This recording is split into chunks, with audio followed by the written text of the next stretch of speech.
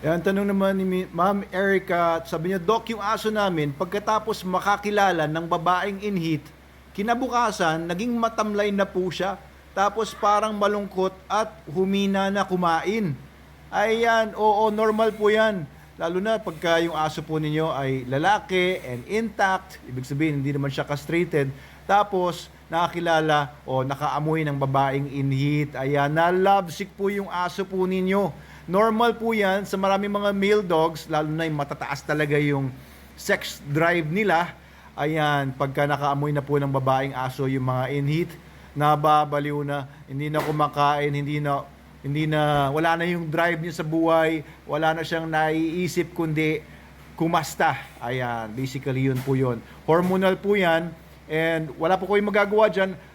Instead, or unless ilalayo po ninyo yung aso ninyo doon sa maamoyan niya. Maaari pong contaminated din ng mga items. Maaaring wala na yung babaeng in-heat pero naamoy niya sa paligid niya. Napakalakas po ng pang-amoy ng aso. Ano pat kapag meron pa siyang bakas na naamoy na ganoon, maaaring makaka-distract na yan sa lahat ng gagawin ng aso ninyo.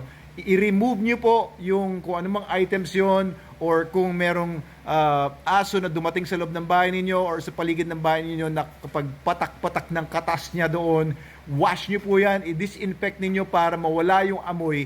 And of course, pakainin nyo yung aso nyo ng concentrated dog food, SDN, the best dog food in the multiverse, SDN, Super Dog Nutrition, especially yung 42, para kahit konti lang kainin niya, ay busog na siya, makuha na niya yung lahat ng nutrition na kailangan niya.